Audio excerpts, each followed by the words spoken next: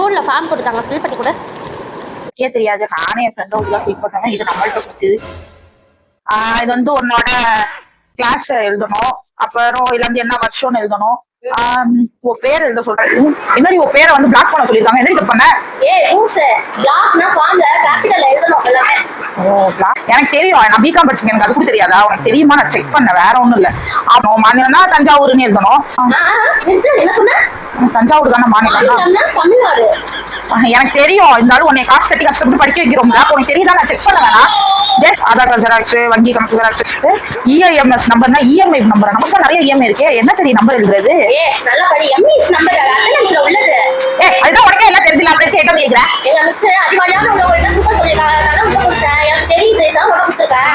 அப்படியா?